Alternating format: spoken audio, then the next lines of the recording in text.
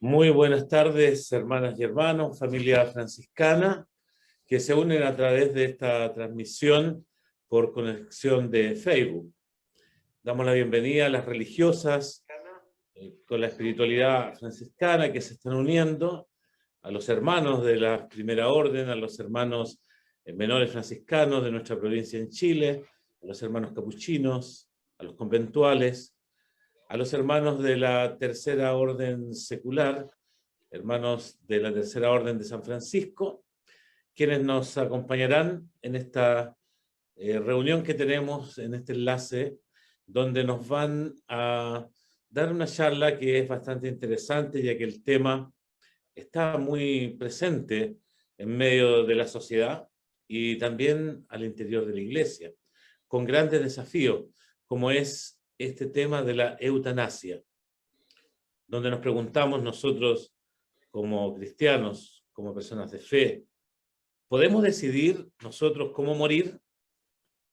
¿Podemos nosotros intervenir en el proceso de nuestra propia muerte? Son temas que se dialogan, temas que se discuten. Y para poder instruirnos y ayudarnos a aclarar dudas, conceptos y sobre todo lo que es la postura de la Iglesia Católica, nos acompaña hoy don Fernando Chomalí Garif, que es muy conocido de todos nosotros, arzobispo actualmente de la ciudad de Concepción, de la Santísima Concepción. Monseñor Chomalí también tiene el título en Ingeniería Civil, el año 81, fue ordenado sacerdote el año 1991. El Santo Padre Benedicto XVI lo eligió como obispo auxiliar del cardenal arzobispo de Santiago, y en el año 2011 asumió como arzobispo de la Arquidiócesis de la Santísima Concepción. Por lo que conocemos de Monseñor, le tenemos mucha estima, sabemos que es un hombre que sigue una línea de gran acogida para todas las personas, es un hombre que fomenta el diálogo y ha continuado la línea de sus antecesores. Es un hombre que se caracteriza por buscar la verdad y por estimular en este compromiso de opción por la vida, una vida mejor para todos. Y por eso también Monseñor se ha caracterizado este último tiempo, bueno, todo su episcopado, creo yo, pero principalmente lo que lo conocemos más en Concepción, por su gran sensibilidad social. Su lema episcopal es: para mí la vida es Cristo. Monseñor Chomalí, le damos la bienvenida, agradecemos que usted nos acompañe y bueno, quedamos atentos a lo que usted nos pueda instruir sobre este tema que a todos nos ocupa ahora, que es la eutanasia. Es difícil o casi imposible negarse una invitación así de parte de la comunidad franciscana en Chile. Les tengo mucho aprecio. Los franciscanos tienen en Concepción una parroquia, la parroquia San Francisco en Lorenzo Arena, y es una parroquia muy viva de servicio a la comunidad, y por lo tanto espero que esta conferencia sea una manera de agradecer la obra que hacen aquí, inspiradas por Jesucristo, por cierto, y por San Francisco. La verdad es que el tema de la muerte, la eutanasia, no es un tema nuevo en la Iglesia. Juan Pablo II habla explícitamente sobre ella en Evangelium Vitae, hay un documento específico sobre la eutanasia de la Congregación para la Doctrina de la Fe.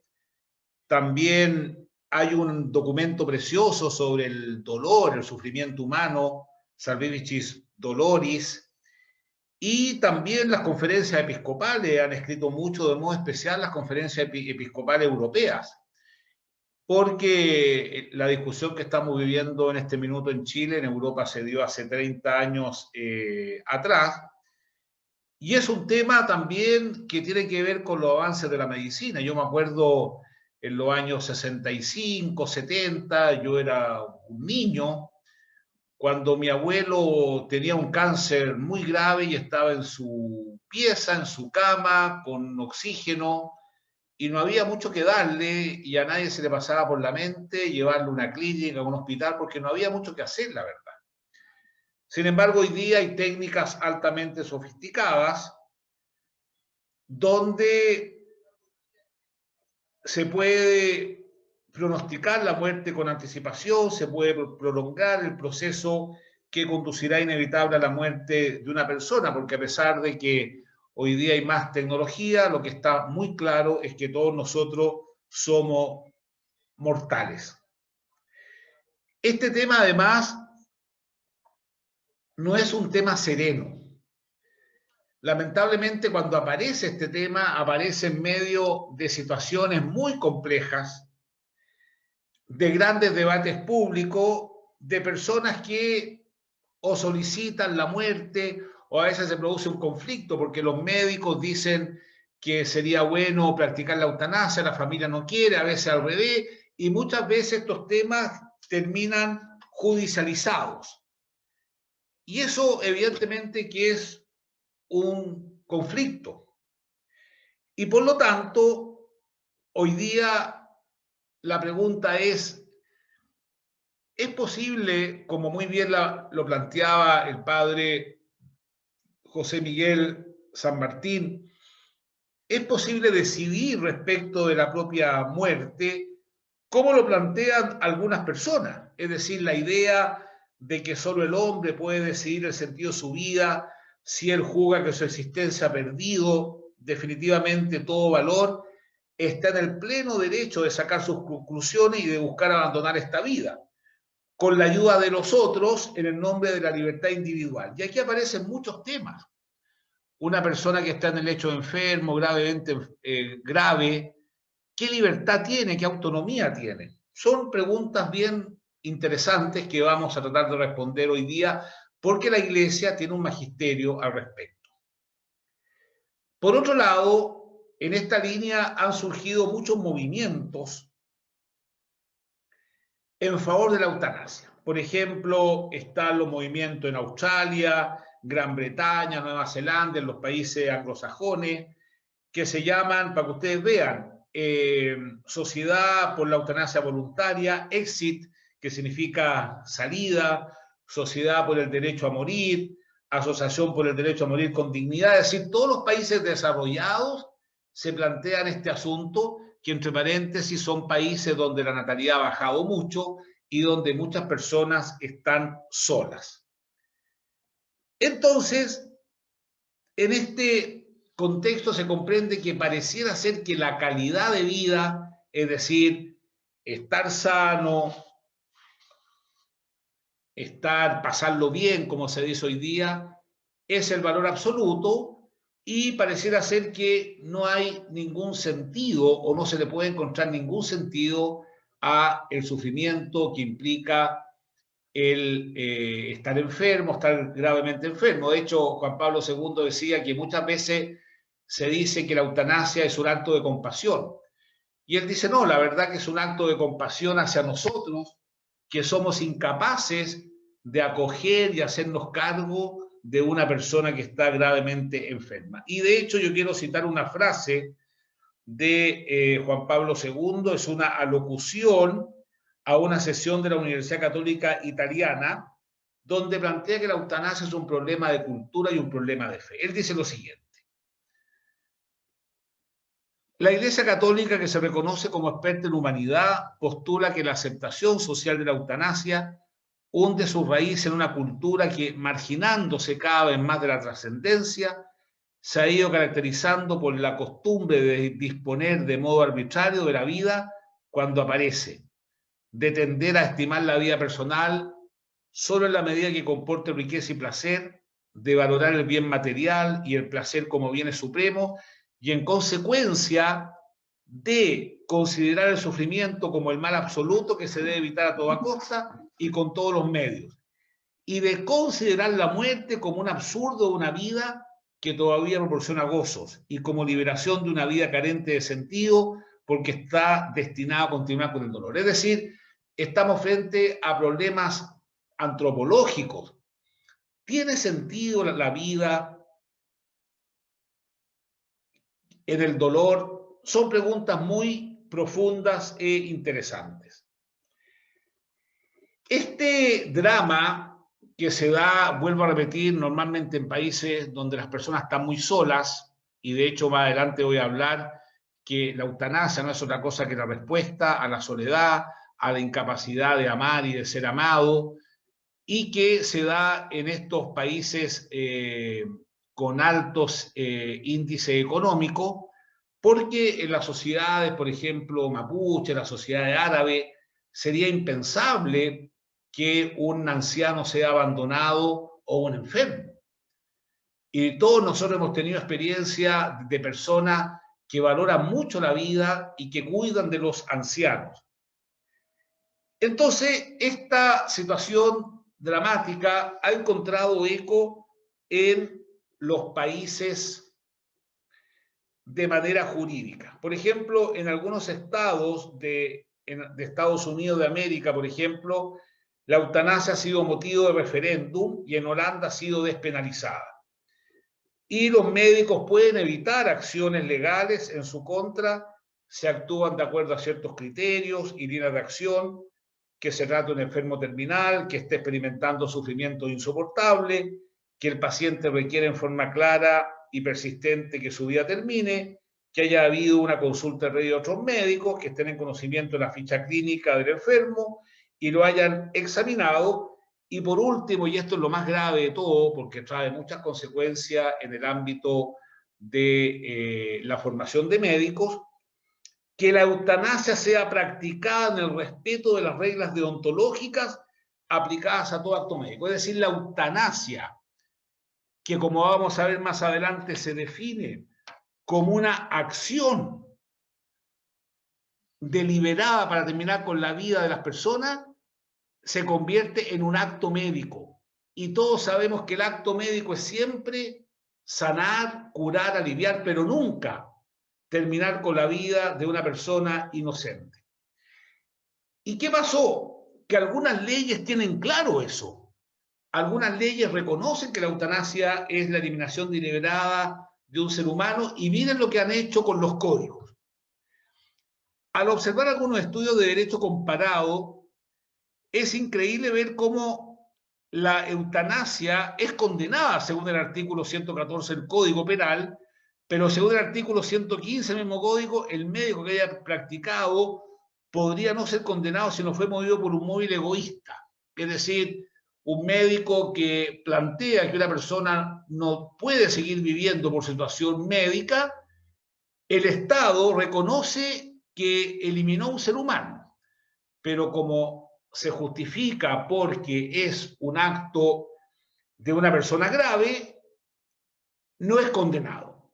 Y en Noruega dice lo siguiente: si un individuo fue muerto con su propio consentimiento o si sufre de una grave lesión corporal o de un grave daño a su salud, o si alguno mata, miren la palabra que usa, a un enfermo incurable por piedad, o contribuye a su muerte, la pena debe ser muy ligera. O sea, el mismo Código Civil de Noruega habla de matar.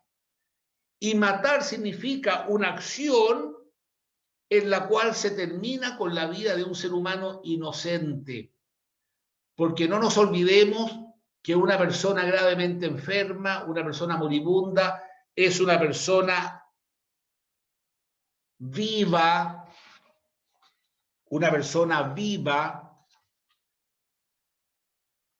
porque no existen intermedios entre estar muerto y vivo.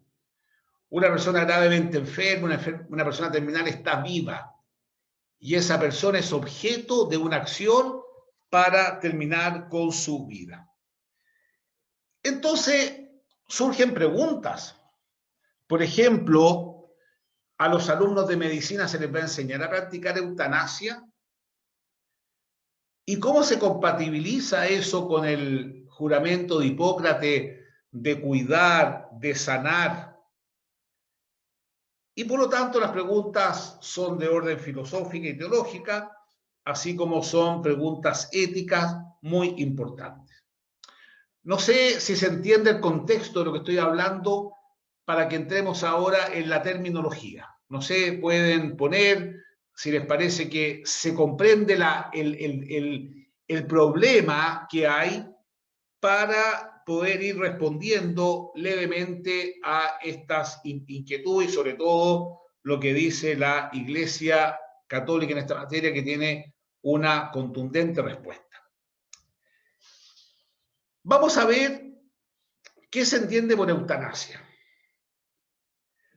Por eutanasia se entiende una acción o omisión que por su naturaleza o en la intención causa la muerte con el fin de eliminar cualquier dolor. Es decir, la eutanasia se sitúa pues en el nivel de las intenciones o de los métodos usados. A la luz de esta definición, el objeto de la acción, que puede ser también una acción omisiva, porque yo puedo cometer una acción, por ejemplo, no conectándome. Ustedes me invitan a una conferencia y yo podría responder a esa invitación de dos maneras, conectándome o no conectándome. Y no conectándome es una omisión, pero una omisión que tiene impacto en ustedes, porque ustedes estaban esperando a que yo diera una conferencia y no llego.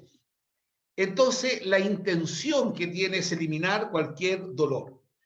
La circunstancia en la que se desarrolla esta acción es la de un enfermo incurable y en estado terminal. En definitiva, cuando se usa el término eutanasia, se está pensando en el acto de poner fin a los días de un enfermo en la fase final de su vida y pronto a la muerte. Ha de quedar claro lo siguiente, y esto es importante que se entienda bien.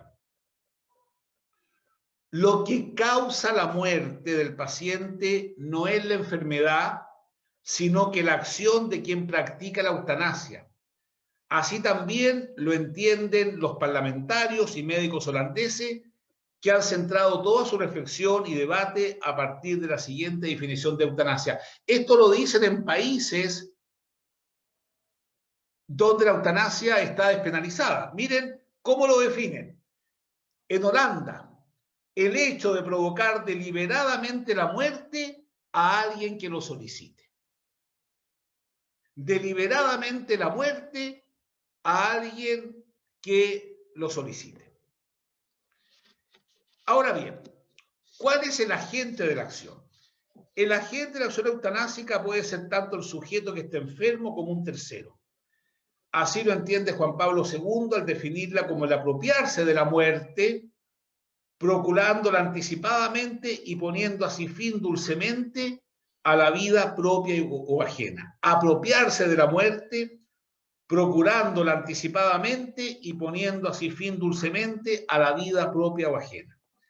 Es importante hacer notar que la eutanasia, en cuanto a acción de provocar la muerte deliberadamente de una persona humana, es moralmente inaceptable, porque a través de una acción humana se termina con la vida de la persona.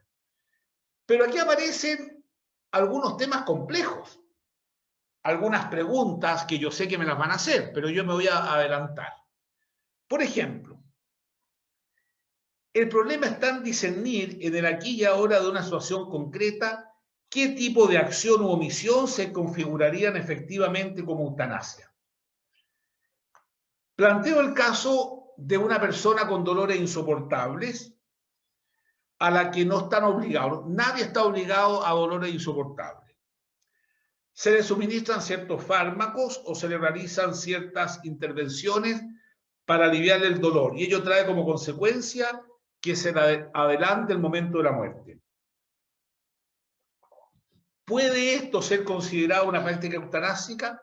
No sé si me explico. Una persona que está gravemente enferma y que, por lo tanto, se le aplican fármacos para aliviar el dolor, pero que puede traer como consecuencia que se le adelante el momento de la muerte. La respuesta es negativa. ¿Por qué? Tomando como punto de partida la definición recientemente expuesta, se aprecia que el objeto de la acción de suministrar fármacos es aliviar los dolores del enfermo y no procurarle la muerte. Es distinto. La intención de la acción es evitarle sufrimientos innecesarios, por lo que el hecho de acortarle la vida sería una consecuencia indirecta de una acción buena en sí misma. Aliviar los dolores siempre es bueno, no querido ni buscado, por lo que no se configura como eutanasia. ¿Por qué? Porque en este caso la muerte no es una acción deliberada, no es debido a la causa primera de la ingestión de ciertos fármacos, sino que al curso inevitable de la enfermedad. La enfermedad tiene un curso, eso todos lo sabemos, y ese curso va a conducir a la muerte. ¿Por qué? Porque somos seres mortales, aunque nos cueste reconocer eso. Ahora bien, otra pregunta que surge es la siguiente. ¿Puede considerarse una acción eutanásica la decisión de renunciar a ciertos tratamientos? La respuesta es negativa. Yo, por ejemplo, les voy a contar algo personal, no sé si puedo. Mi mamá murió de un cáncer hace 30 años atrás. Ella se sentía mal, tenía problemas, va al médico, le dice, sabe, usted tiene un cáncer al estómago, un cáncer bastante avanzado. Y ella tenía joven, 62 años, le hacen una operación al estómago, prácticamente le sacan el estómago, le hacen quimioterapia, realmente una operación, un tratamiento terrible, terrible. Y el asunto es que después anduvo un poquito mejor durante un tiempo y le vuelve a aparecer nuevamente otros tumores. Y lamentablemente se decidió operarla nuevamente. Esa operación le trajo más sufrimiento, le trajo más dolor, le trajo más angustia a todos nosotros y prácticamente no mejoró en nada, sino que terminó ella falleciendo un par de meses después. Si nosotros, la familia y ella y los médicos, hubiésemos dicho, con una operación bastó, y nos entregamos a la voluntad de Dios con cuidados paliativos, ¿podríamos haber dicho que practicamos eutanasia? No. No. Porque no se puede usar el término eutanasia para indicar la decisión de renunciar a ciertas intervenciones médicas que no parecen adecuadas a la situación del enfermo. En ese caso, no se trata de una decisión de hacer morir, pero de mantener la medida de las cosas frente a los recursos técnicos, de no actuar de manera irracional, de comportarse según prudencia. Ese es el tema. Y por eso que la doctrina, Corazón para la Doctrina de la Fe dice, pregunta que el parecer de médicos verdaderamente competentes podrán sin duda jugar mejor si el empleo de instrumentos y personal es desproporcionado a los resultados previsibles y si las técnicas empleadas imponen al paciente sufrimientos y molestias mayores que los beneficios que se pueden obtener de los mismos. Y esto requiere mucha prudencia y requiere mucha reflexión. ¿Por qué? Porque uno, cuando está en una situación así, le cuesta reconocer que la persona que uno quiere se va a morir. Y uno siempre tiene esperanza que algo va a pasar. Y por eso que yo creo que si hay algo bueno que podemos hacer hoy día es aprender a reconocer que somos mortales.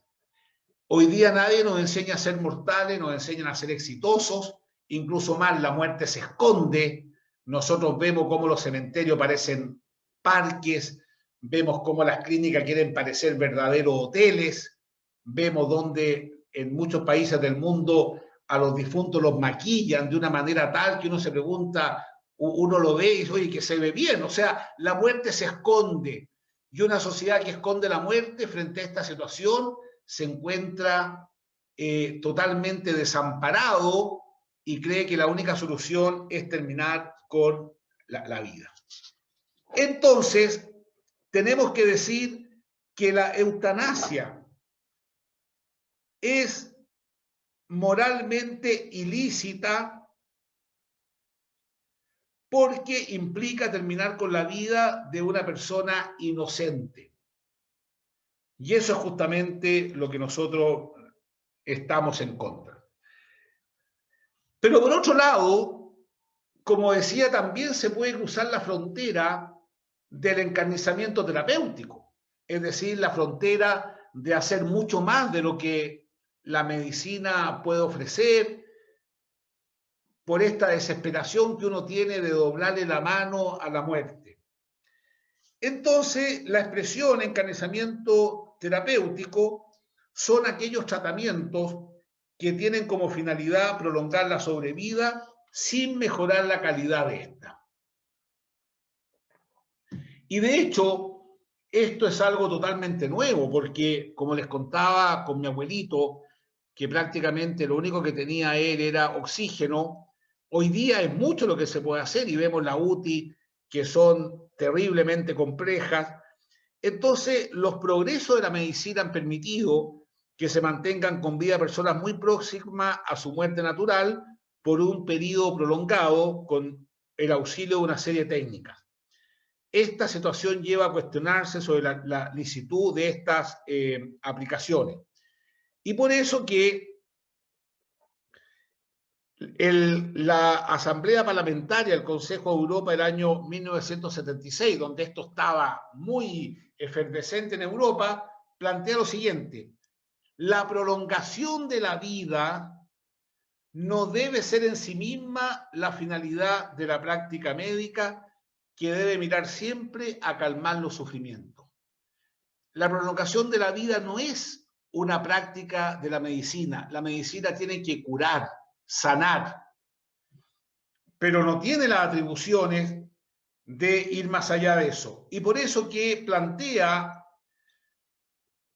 una academia de medicina en los moribundos y en los enfermos y heridos en peligro de muerte, en las cuales la afección evoluciona de manera irresistible hacia un final fatal y que no podrá ulteriormente tener una vida relacional consciente, el médico se contente con calmar los sufrimientos. Y eso es justamente lo que se llama los cuidados paliativos, porque que un enfermo esté gravemente enfermo no significa que porque se vaya a morir hay que abandonarlo. Por eso que un biotesista muy conocido dice que se entenderá por enseñamiento terapéutico la utilización de medios tendientes a prolongar artificialmente la vida, descalificándola de su sentido propiamente humano. Y eso se usa cuando hay medios técnicos en personas que en situaciones que van más allá de lo ordinario, cuando se invierte en terapias médicas o quirúrgicas en sentido desproporcionado respecto de los efectos previsibles. Entonces surge la pregunta, la siguiente: en el sentido que curarse y hacerse curar es una obligación moral y que esta obligación debe medirse por acciones concretas, ¿se deberá recurrir en todas las circunstancias a toda clase de remedios posibles? La respuesta es no. En efecto, de no renunciar a tratamientos que procurarían únicamente una prolongación precaria y penosa de la existencia, se podría caer en un tecnicismo, escuchen esta frase que es muy importante, que corre el riesgo de ser abusivo. Nosotros no hacemos una acción negativa cuando decidimos a un funeral, a una persona, decirle, mira, hasta aquí nomás lleguemos. Por ejemplo, yo tengo un padre que tiene 97 años de edad, que está muy debilitado, y nuestra familia decidió que todo lo que se le haga médicamente se le va a hacer en su casa. Hace unos días atrás falleció una prima y me llamaron por teléfono, conversamos con la familia, estaba muy enferma durante muchos años, con un Alzheimer galopante, inconsciente, débil, y se decidió que iba a tener tratamientos médicos, pero en su casa. Y esta persona murió junto a su familia. Entonces, lo que se usa son lo que se llaman los criterios de proporcionalidad. proporcionalidad. Y para ello se requiere una gran ciencia. Para eso se requiere conocimiento. ¿Y cuáles son las cosas que hay que ver? El tipo de terapia, el grado de dificultad y el riesgo que comporta. Porque hay países, por ejemplo, donde no hay tecnologías como las hay en Estados Unidos o en Chile. Los gastos necesarios. ¿Cuántas veces ha pasado que familias quedan totalmente endeudadas y que no se ve mejoría en el enfermo? Las condiciones del enfermo y las fuerzas físicas y morales. Resulta interesante la definición que da la Conferencia Episcopal Española cuando dice lo siguiente: no estamos obligados a dar tratamiento que no son debidos ni por humanidad ni por justicia y por lo tanto no son exigibles. Son derechos que no son exigibles. Contrapartida, los medios proporcionados serían aquellos debidos para conservar la vida humana por humanidad y justicia, con ponderada atención a los resultados cuantitativos o cualitativos previsibles, tanto médicos como vitales. Estos medios proporcionados pueden ser habituales o relativamente habituales. Por lo tanto, la Iglesia Católica distingue entre los medios ordinarios y los extraordinarios. Estamos obligados a los medios ordinarios, estamos obligados a los medios proporcionados y eso se tiene que decidir caso a caso. ¿Por qué? Porque los enfermos no existen. Existe cada enfermo con nombre y apellido, con su historia, con su vida.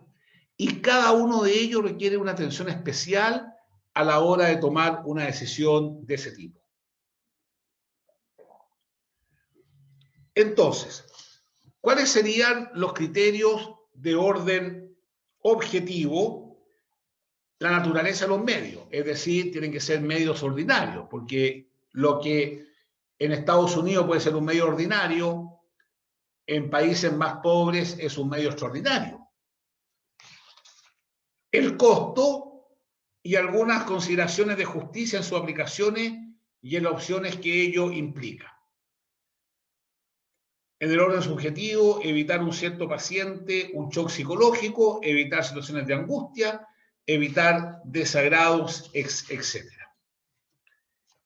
Ahora bien, vamos a hablar de la proximidad de la muerte y la dignidad de la persona humana. Se percibe a todas luces que la eutanasia, es decir, la eliminación deliberada de un ser humano, no es lícita, pero tampoco lo es el encarnizamiento terapéutico. No son respetuosos de la dignidad de la persona humana. En el primer caso, porque se atenta en contra de la vida de una persona inocente. En el segundo caso, porque se prolonga de manera innecesaria la agonía con todo lo que esto implica. No solo para el paciente, sino que también para la familia. Cuando se enferma una persona, la verdad que se enferma toda la familia. Esa es la verdad. Y yo siempre, cuando me piden algún consejo frente a una persona enferma, yo le digo a la familia, por favor, no se enfermen ustedes. Ayúdense, descansen, coman, porque es terrible a veces como un enfermo, además del dolor que significa eso, se enferma toda la familia. Y lo que sí está claro es que en ambos casos el hombre, la familia o el médico se apodera de la muerte. Entonces, morir con dignidad significa no declararse dueño de uno mismo y por lo tanto como único método de decisión. Tampoco significa esta medicina obstinada, ensañada, sino que significa reconocer que somos seres mortales y por eso que implica morir con las terapias paliativas, junto a la familia, porque también un problema que se da, sobre todo ahora con el COVID, que ha sido bien dramático por la gravedad que significa el COVID, que muchas personas han muerto solas, incluso han habido dificultades para celebrar funerales, y esa pobreza sí que es muy grande. Y entonces hay una doctora, enfermera y médico que dijo, los cuidados paliativos, todo aquello, miren qué frase más linda, todo aquello que queda por hacer cuando no hay nada que hacer. Los cuidados paliativos responden a una manera nueva de comprender y asumir al enfermo terminal. De hecho, las facultades de medicina poco a poco están promoviendo la enseñanza de los cuidados paliativos, que implica justamente hacerse cargo de toda la persona en su complejidad, desde el punto de vista psicológico, el punto de vista espiritual, el punto de vista médico, el punto de vista de la enfermería. Por eso que hay un dicho que es muy lindo que dice lo siguiente: si no puedes curar, alivia; si no puedes aliviar, al menos consuela. Miren qué cosa más linda. Consolar a una persona que está gravemente enferma. Como ustedes ven, la postura de la Iglesia Católica es muy coherente y nos dice que en el horizonte de nuestras condiciones de mortales tenemos que estar muy atentos a no eliminar a un ser humano inocente, pero también tenemos que estar muy atentos a no prolongar la vida de una persona que está llamada a morir. Es intermedio, es dramático, uno muchas veces no sabe lo que hacer, tiene que ayudarse, tiene que asesorarse. Por supuesto que el sentido de trascendencia ayuda mucho, la vida espiritual, pero lo que no podemos hacer es eliminar a un ser humano, como tampoco prolongarle la vida de manera innecesaria. Tenemos que cuidar, aliviar y acompañar. Y por otro lado, nos dice que tenemos que ser cuidadosos, porque podría pasar de que se realicen acciones médicas que no van a mejorar al paciente, pero que le pueden significar un shock muy grande desde todo punto de vista. Yo creo, hermanos y hermanas franciscanas, que lo mejor que podemos hacer nosotros como creyentes es prepararnos para la muerte. Nadie nos enseña a prepararnos para la muerte. Tratar de encontrarle un sentido al sufrimiento, que no es fácil, no es fácil. Yo soy muy cuidadoso de tratar estos temas, porque una cosa es tratarlo cuando uno está sano y otra cosa muy distinta es tratarlo cuando estamos enfermos, sufrientes, sobre todo cuando estamos solos. Hay mucha gente que está muy sola pasando la enfermedad y, según lo que se ha dicho en algunas partes del mundo, que muchas personas piden la eutanasia porque se sienten solas, abandonadas, y ya no le encuentran sentido a la vida. Una persona, aunque esté muy grave, cuando está acompañada de su familia, es capaz de sobrellevar los dolores, los sufrimientos. Hoy día hay muchos analgésicos que permiten aliviar eso, pero tenemos que evitar esta práctica de eutanasia, que en definitiva es eliminar la vida de un ser humano inocente. Muchas gracias.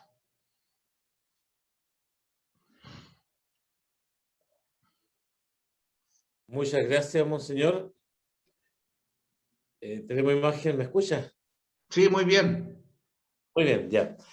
Bueno, nos siguen a través de Facebook, laicos también de nuestras presencias franciscanas aquí en Chile y más de alguien también en el extranjero.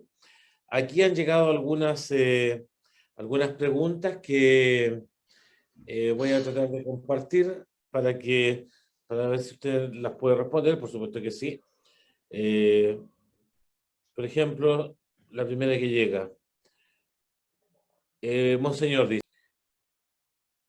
¿qué entendemos por vida? ¿Vida es cualquier condición? ¿O defendemos la dignidad en todos los ámbitos de la vida? Esa es una pregunta. Otra pregunta que llega de una hermana religiosa dice, ¿qué acciones médicas se pueden considerar como eutanasia? ¿Se puede considerar un rechazo a algún tratamiento porque es eutanásico? Bueno, Muy esta es bien. una pregunta. Oye, pero quiero empezar por la primera porque son todas interesantes, pero vamos una por una. Mira, toda vida es una criatura de Dios. Es decir, Dios es el creador y toda vida tiene que ser valorada porque existe una vinculación muy grande entre todos. De hecho, los seres humanos sin la vida vegetal, por ejemplo, no podríamos vivir. Por ejemplo, no podríamos vivir. Tampoco podríamos vivir sin la vida animal. Pero también reconocemos que hay una vida que es muy especial de entre todas las vidas, que es la vida de un ser humano.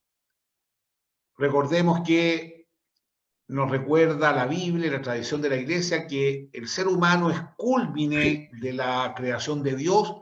Recordemos que cuando Dios crea toda la humanidad, cuando crea, dice, esto estaba bien, los animales estaban bien, las aves estaban bien, pero cuando crea al hombre, a la mujer, imagen y semejanza de él, dice, está muy bien.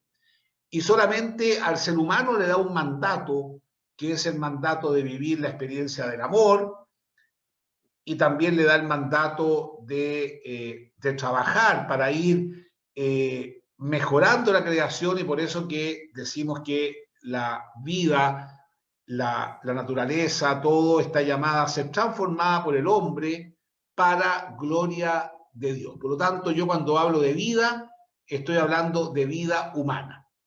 Y la vida humana tiene un inicio, que es el inicio donde comenzamos cada uno de nosotros, que es cuando el óvulo es fecundado por el espermio. Ahí se da un proceso maravilloso de la fecundación, único, que permite que nosotros seamos lo que somos, y se da un final. Un final que para los creyentes no es una fatalidad, porque creemos en la vida eterna. Nosotros creemos en la vida eterna, que la muerte no es la última palabra, sino que la vida. Entonces, cuando yo me refiero a la vida, evidentemente que hay que respetar toda la vida. Estoy totalmente en contra de la crueldad frente a los animales, estoy totalmente en contra de la depredación de los bosques, absolutamente en contra de eso. Pero sí planteo que el ser humano tiene una dignidad única, porque es imagen y semejanza de Dios, y que merece ser custodiada. Ahora, ¿qué pasa? Que lo que hace la eutanasia con el ensañamiento terapéutico es que nosotros nos apoderamos de esa vida, ya sea eliminándola antes del tiempo, o bien ya sea prolongando la vida de manera innecesaria.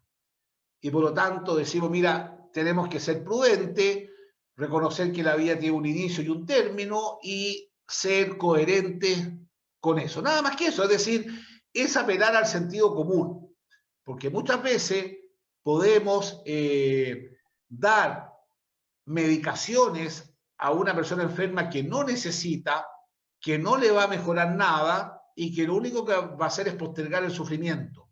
La Iglesia no está de acuerdo de eso. Eso no sería una acción auténticamente humana.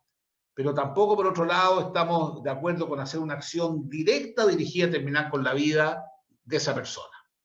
Esa es la primera pregunta. La segunda. Segunda, ¿qué acciones médicas se podrían considerar como eutanásicas? ¿Se puede considerar un rechazo a algún tratamiento porque tiene un alto contenido eutanásico? Ya, bueno, mira, lo primero que quiero aclarar acá, padre José Miguel, es que la eutanasia, entendida como la definí, es decir, como aquella acción por la cual se realiza un acto deliberado para que tiende a la muerte de una persona, no es una acción médica. Eso no es una acción médica. Una acción médica siempre tiende a hacer el bien posible, porque no podemos hacer todo el bien. Nosotros estamos llamados a hacer el bien posible, pero estamos obligados siempre a no dañar. Por lo tanto, no es una acción médica. ¿Y cuándo sería eutanásica? Cuando la acción está dirigida en su intención y del objeto a terminar con la vida de un paciente. Si yo estoy gravemente enfermo y el médico me da una terapia para aliviar un dolor, en ese caso estamos hablando de una acción médica, aunque traiga como consecuencia que se adelante la muerte, pero el objeto no es adelantar la muerte, sino que el objeto es terminar con el dolor, que es una acción buena en sí misma. Claro. A ver, bueno, un comentario viene acá, más bien, en base a lo que usted ya ha planteado, la eutanasia es la incapacidad de hacernos cargo del enfermo. Bueno, Dios tiene un plan, dice esta persona, uno de nuestros laicos, y se cumple ese plan hasta el último momento de la vida. Otra pregunta, de una religiosa. ¿Cuáles son los criterios objetivos para enfrentar el tema de la eutanasia frente a nuestra generación? Una generación que ha sido enriquecida con la ciencia, con los avances de la tecnología. ¿Cuáles son los criterios? Que en parte también usted, monseñor, ya lo ha dicho, ¿no? Bueno, yo creo que es bien importante en esto ser objetivos, porque muchas veces cuando uno tiene un familiar enfermo, uno pierde objetividad, esa es la verdad. Y uno se cuestiona, pero ¿cómo? Pero si estaba tan bien, ¿cómo le pasó esto? Entonces, acá plantea el documento Cor Unum de la... Este es un documento del Consejo Pontificio de Paz y Justicia. Plantea lo siguiente, plantea criterios de orden objetivo y criterios de orden subjetivo. Los criterios de orden objetivo son la naturaleza de los medios, porque no siempre contamos con los recursos que se necesitan. Por ejemplo, en muchos países del mundo, en Chile, tuvimos, gracias a Dios, la fortuna que se hizo todo un trabajo anticipado para tener, por ejemplo, respiradores artificiales. Pero en muchas partes del mundo era impensable tener un respirador y la gente murió en su casa. Mucha gente murió en su casa en los países más pobres. Y evidentemente que una familia no tenía ninguna posibilidad de importar un respirador artificial, y evidentemente que eso no se le puede exigir porque nadie está obligado a lo imposible, nadie. En segundo lugar, el costo. Fíjense que yo tengo una cierta tendencia al arte, me gusta mucho el arte, y escribí una obra de teatro que se llama Al Final. Y en esa obra de teatro estaba el dilema de una persona de 54 años que tenía una vida muy difícil y tenía el dilema, tenía un cáncer muy grave y tenía el dilema de ir a Estados Unidos a hacerse una terapia con un 10% de probabilidad de que prospere. Y el asunto que eso implicaba sacar a los niños de la universidad, vender la casa, quedar sin trabajo, es decir, quedaban sin nada. Entre paréntesis, ese hombre, la enfermedad le ayudó para sincerar su propia vida, entre otras cosas, porque él se había dado cuenta que su vida estaba fundamentada en la apariencia, y esta enfermedad le sirvió mucho para reconocer lo que realmente tenía, que era su familia, su señora, sus hijos. Y tuvieron una conversación muy profunda, incluso un sacerdote los ayudó para pensar, bueno, ¿estoy obligado a esto? A hacer esta terapia que tiene muy pocas probabilidades de sobrevivencia, pero implica que quedemos en la ruina, etcétera. Y la verdad que se dieron cuenta que no tenía sentido, que era mejor que muriera tranquilo, con cuidado paliativo. Entonces, el costo es importante. Y lo otro, algunas consideraciones de justicia en sus aplicaciones y en las opciones que ello implica. Yo recuerdo muy bien a mi propia madre y he visto tantos casos de personas que tienen terapias que son tan difíciles, tan agresivas, que las personas prácticamente quedan anuladas en su capacidad de pensar, anuladas en su capacidad física, y por lo tanto no se está obligado a ello, y podría ser muy legítimo que una persona no se sienta obligado a realizar eso. Y después los criterios de orden subjetivo. Hay tratamientos que pueden producir mucha angustia, pueden generar shock psicológico importante, pero acá lo más interesante es que esto se debe conversar muy bien y se requieren médicos verdaderamente competentes.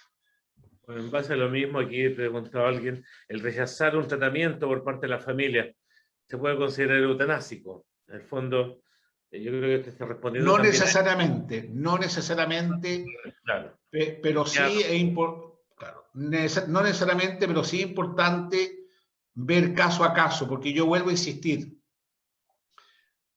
no existe una persona igual a la otra. Cada uno es distinto, cada historia familiar es distinta, incluso cada decurso de la enfermedad es distinto. Lo importante es poder conversarlo de manera adecuada y tomar la mejor decisión en justicia. creo que eso. También con esto que usted responde a una pregunta de Verónica Fede Salinas que preguntaba algo por ahí, ¿no? Cuando se autoriza la desconexión de una persona que ya está en estado vegetal. Pregunta también otra persona, uno de nuestros laicos, ¿cómo se puede acompañar y consolar a la persona cuyo sufrimiento por la enfermedad le hace perder hasta el sentido de su propia vida, su dignidad, y está convencida que morir le traerá más paz en lugar de dolor? Está en conexión también con algo esta pregunta, porque aquí frente a los avances, ¿no? Avances médicos y siendo proporcional en lo que se aplica, no se busca matar a la persona, se busca matar el dolor, matar el sufrimiento, obedeciendo a la dignidad de la persona, dice alguien, ¿no? Acá este señor pide que usted, si puede ayudar a clarificar el concepto y las palabras, cómo poder acompañar a una persona que en su dignidad de persona se está viendo que la vida no le presenta ningún futuro, pierde hasta el sentido de la vida y muere de dolor. Bueno, mira, las preguntas estas están todas unidas y yo quisiera remitir a algunos estudios que se han realizado en los países donde se practica la eutanasia, en Bélgica, Holanda, Suiza, Noruega, etc. La gran mayoría de las personas que están acompañadas no piden la eutanasia.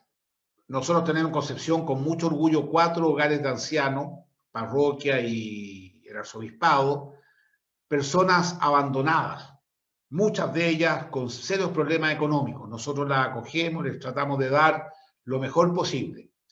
Esas personas, cuando se sienten queridas, cuidadas, nunca nos ha tocado a alguien que pida la eutanasia.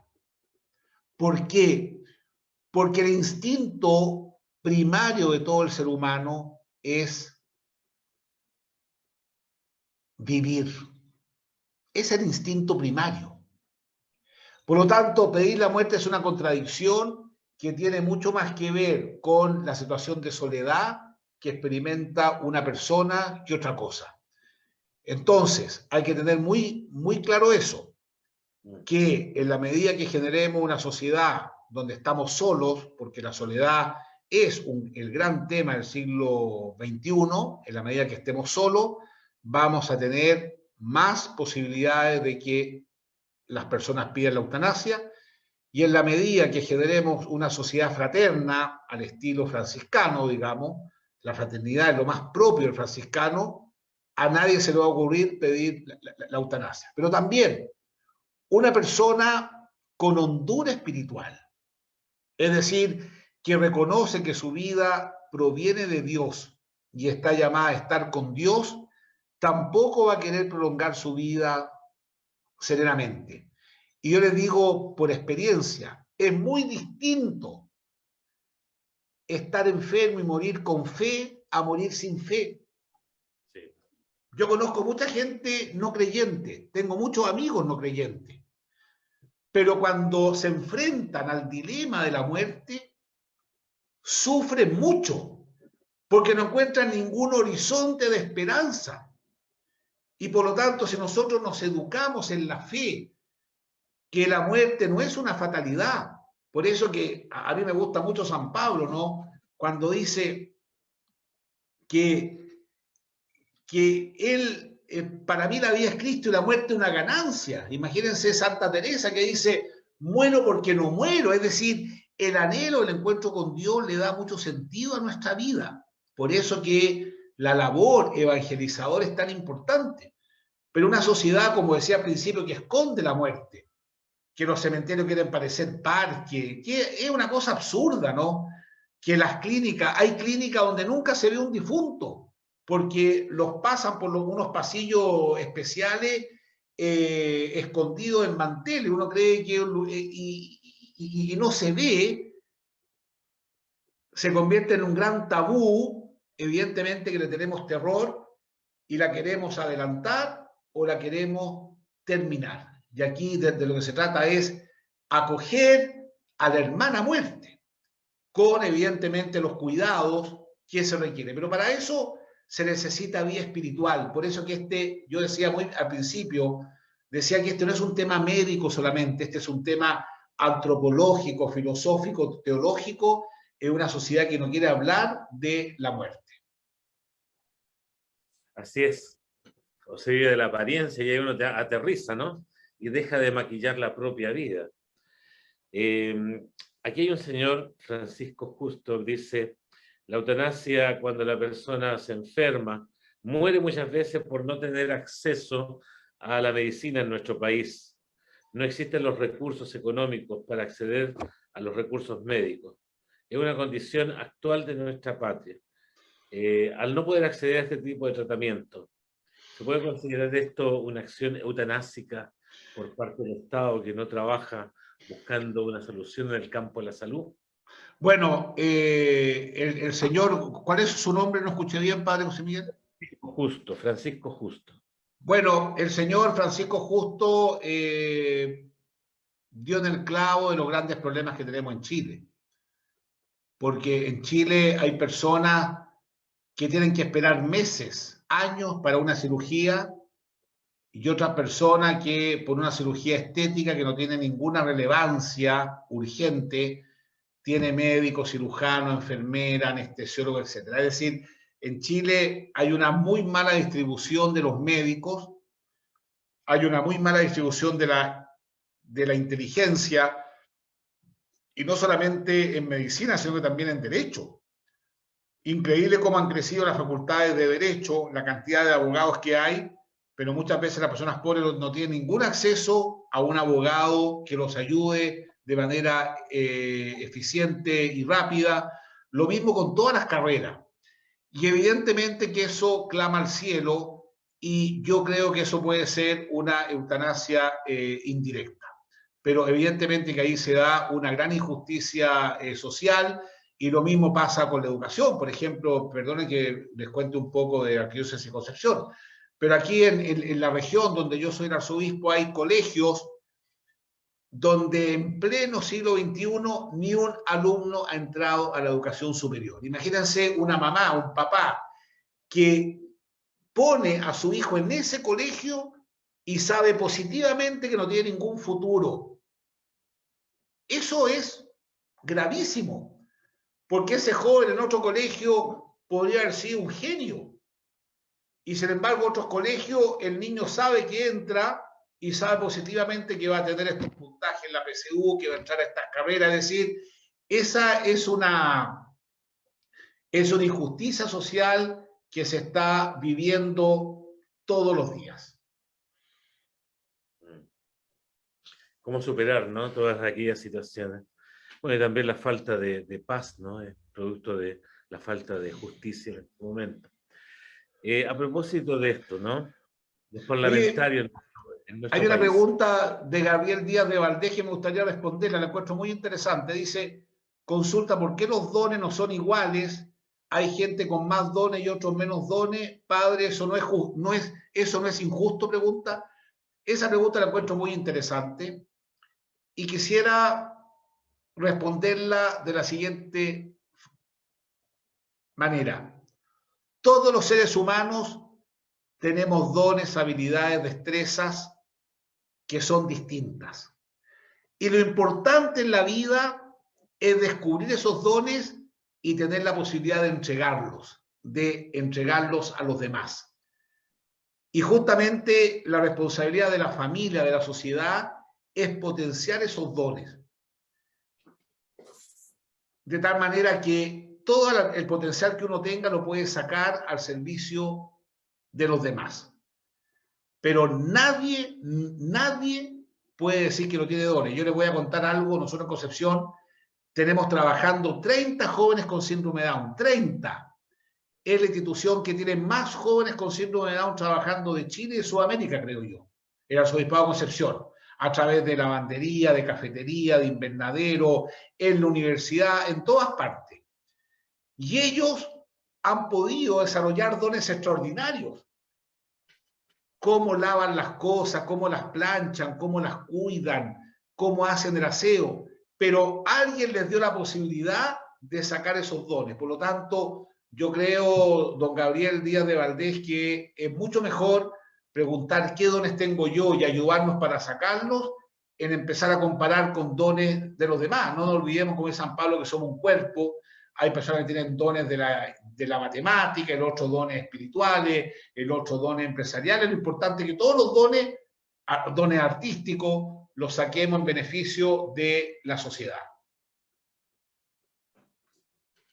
Hay otra pregunta que llega aquí por mano frente a lo que es la acción de los parlamentarios frente a este desafío que hoy día se tiene en el Parlamento.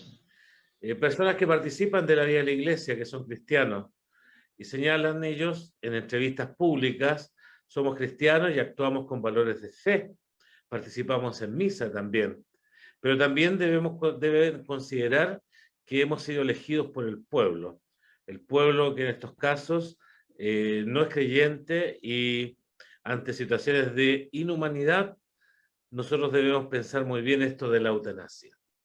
¿Qué respondería usted ante esta situación de gente comprometida hoy día, conocida, y que ha dado estas declaraciones públicamente? Por lo menos en la zona donde vivimos nosotros, ¿no? Aquí en la Araucanía.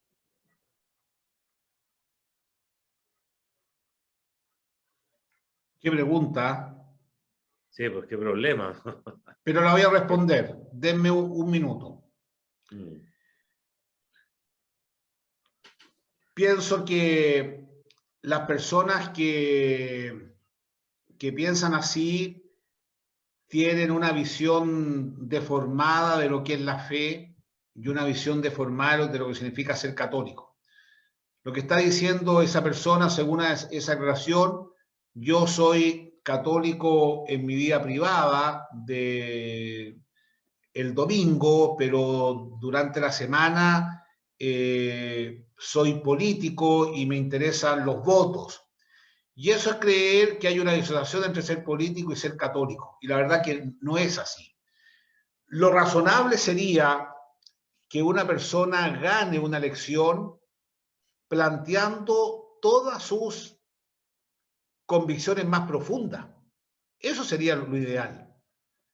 Es decir, un católico tiene que plantear sus posiciones antes de la elección para que gane o pierda según esas convicciones, pero no puede ganar votos según el pensamiento de muchos, que no siempre es el correcto. No nos olvidemos que en Chile hubo muchas personas que hasta llegaron a justificar la tortura. ¿Y qué habría dicho una persona si dice, no, es que yo lo hice porque mucha gente está de acuerdo? Eso es impresentable. La conciencia es el sagrario último de todo ser humano, que siempre está llamado a obrar según el bien.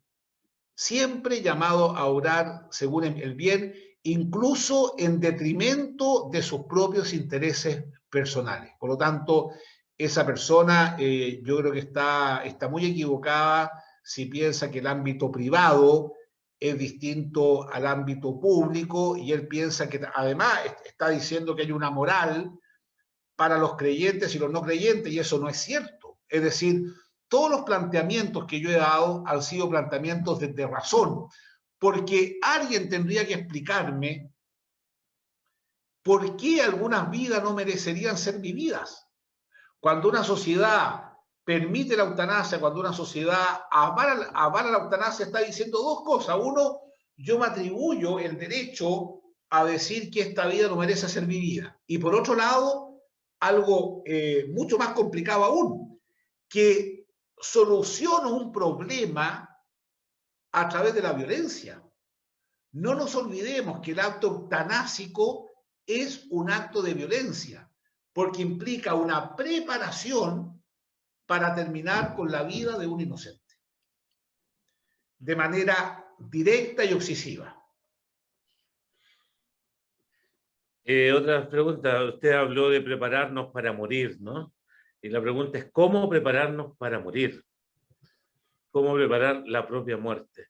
Ahora usted señaló San Francisco, llamó a la hermana muerte, ¿no? Pero San Francisco supo morir a su propio egoísmo, a sus propios deseos, mirando el bien común. Y aquí nos preguntan, ¿cómo prepararnos para el bien morir? Bueno, ojalá supiera... ¿Quién hizo esa pregunta, perdón? ¿Quién la hizo? Una de las religiones en la oficina. Es que ojalá supiera, hermana, mire, ojalá supiera, porque esa es una batalla de todos los días por una razón muy sencilla.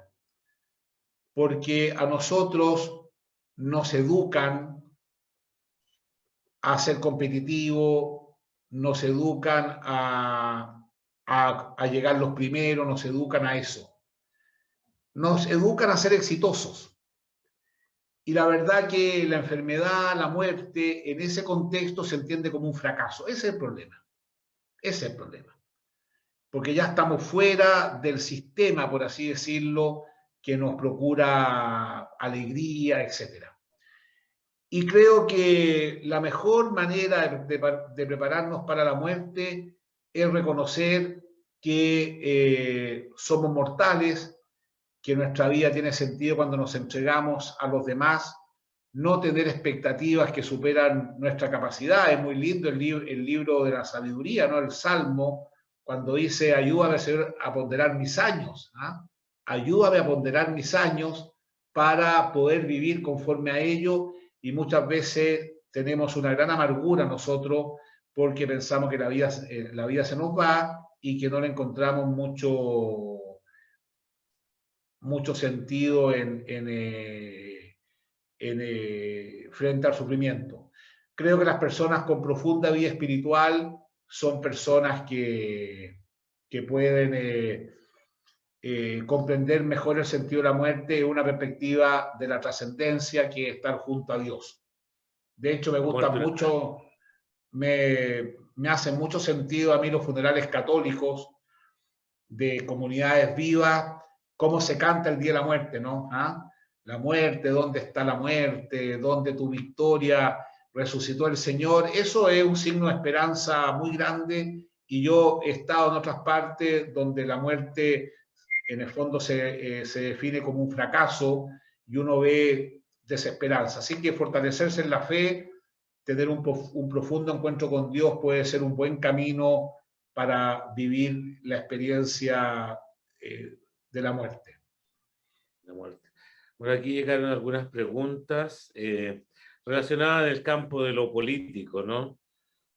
Bueno, lamentable, dice Beatriz Escobar, la disociación que existe de los cristianos en política.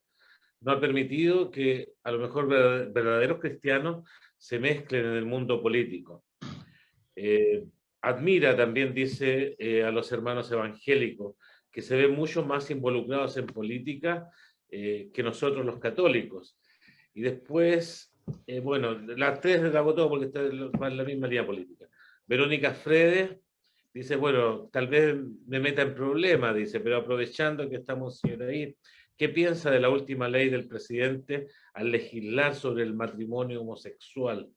¿Esto se puede hacer? ¿Es un tema que se puede tratar? Bueno, después, no, las otras ya se van por otro lado. Excelente su planteamiento, dice. No sé, monseñor, si puede... Sí, bueno, en relación a la pregunta de la señora Verónica, yo pienso que ese es un tema que daría para conversarlo más ampliamente.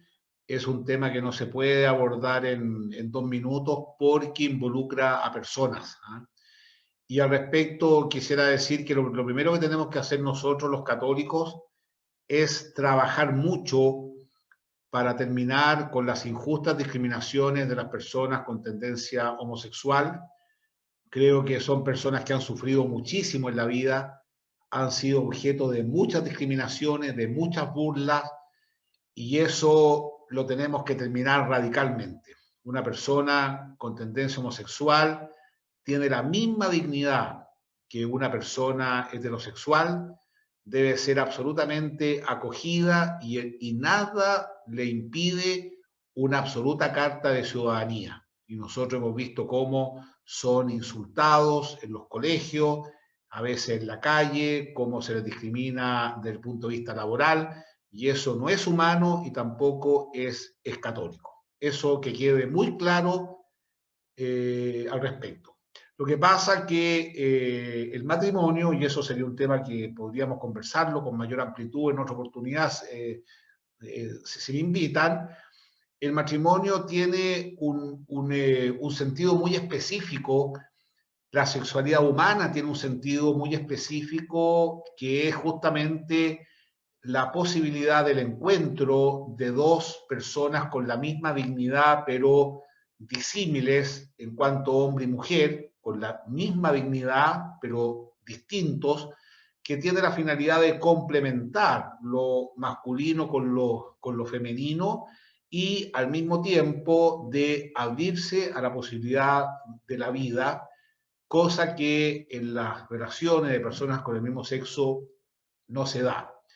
Entonces, de ese punto de vista, yo pienso que las personas con tendencia homosexual, evidentemente que tienen un profundo anhelo de amar y de ser amado, eso forma parte de la condición humana, pero en el fondo se les invita a sublimar esa tendencia justamente porque no cumple con este vínculo de unidad hombre-mujer y de apertura a la vida. Y espero evidentemente que cada uno tendrá que ver qué decisión toma respecto de su vida privada y evidentemente que toda acción debe siempre custodiar los derechos individuales de aquellas personas según el estilo de vida que ellos decidan. Pero nosotros como iglesia, respetando absolutamente a las personas con tendencia homosexual, siempre vamos a promover el matrimonio como lo entiende la Biblia, como lo entiende el Código Civil, que es el encuentro, el compromiso para toda la vida entre un hombre y una mujer, con el fin de ayudarse, complementarse, educar a los hijos y procrear y educar a los hijos. Pero eso sería motivo de otro encuentro como este. Sí, estamos terminando la última pregunta. ¿Qué es lo que es la muerte digna? ¿En qué consiste la muerte digna, Isabel? Lo último que preguntamos, ¿no? Mira, para mí la muerte digna significa morir en paz, morir acompañado, morir con la asistencia médica requerida, con confort, con la familia y sobre todo morir con la conciencia tranquila. Yo he tenido la oportunidad de estar con personas gravemente enfermas y les puedo decir que las confesiones, las conversaciones más profundas que he tenido en mi vida han sido con ellos y han encontrado mucho alivio, mucha paz cuando mueren reconciliados consigo mismos, reconciliados con la familia, reconciliados con Dios. Creo que eso sería una muerte digna. No es una muerte digna, sin lugar a duda, cuando una persona no tiene acceso a los medicamentos básicos, cuando muere sola, cuando muere aislada, cuando muere prácticamente como si fuera, como dice el Papa Francisco, un descartado de la sociedad. Pero creo que nosotros, que creemos en la comunidad, creemos en la fraternidad, tenemos que ser los buenos samaritanos, que vamos a buscar a esas personas y las acogemos en nuestras casas de acogida. Les quiero decir algo también, que esta va a ser una gran pastoral, ya es una gran pastoral, pero va a ser la gran pastoral con mayúscula de aquí en adelante, porque las personas están más solas, las personas están... Una señora me decía una vez, una profesora que está en uno de nuestros hogares, me decía, mire, monseñor, yo recuerdo cuando llegué al colegio a trabajar de 23 años, joven, entusiasmada, con un sueldo mensual, y ahora estoy sola, vieja, pobre y abandonada. Tenemos que trabajar para que nadie de nosotros terminemos viejos, pobres, solos y abandonados. Creo que esa es una gran política pública que requiere el concurso de muchas personas, y esa es tarea del Estado, de toda la sociedad, pero como es incapaz de hacerlo, nosotros colaboramos por caridad. Pero para mí, el talante de una sociedad se mide en la capacidad que tiene de hacerse cargo de los débiles. Si hacerse cargo de las personas fuertes, etcétera, no cuesta nada. Lo que cuesta es hacerse cargo de las personas débiles y frágiles. Bueno, agradezco mucho la oportunidad y parece que nos quedamos con tarea para la casa. Nosotros somos quienes le agradecemos este momento tan fraterno que hemos tenido de poder dialogar, instruirnos sobre este tema que es de gran actualidad. Cuando usted dice que el tema que recién le planteaban de los políticos y este reconocimiento, se puede leer ahí en los Facebook, la gente tiene interés también en que próximamente, ojalá, usted mismo nos pueda dar una conferencia al respecto. Muy bien. Oye, yo les voy a mandar al padre Isauro, que como salió la pregunta, les voy a mandar un texto que escribí sobre la Constitución, que podrían ustedes hacerlo llegar a las personas que están que están en esta conferencia, que aborda todos estos temas de una manera indirecta pero real. Así que yo se lo hice llegar al padre José Miguel. Bueno, aprovecho de decirles que el padre José Miguel estuvo aquí en la Arquidiócesis de Concepción mucho tiempo, una persona muy, muy valorada, estuvo en una parroquia, trabajó con nosotros en la Cancillería, pero bueno, ustedes saben que los franciscanos tienen un voto de obediencia a fuego y ahora anda no sé dónde ahí evangelizando. Muy bien, muchas gracias. Monseñor, muchas gracias, un gusto habernos encontrado con usted.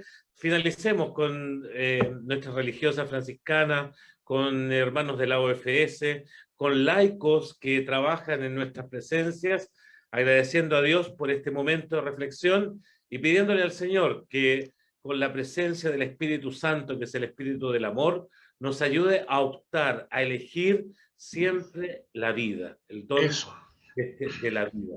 Y también, como usted ya lo señaló, en esta opción por el bien, respetar a los demás, independiente de su condición, su clase, su posición.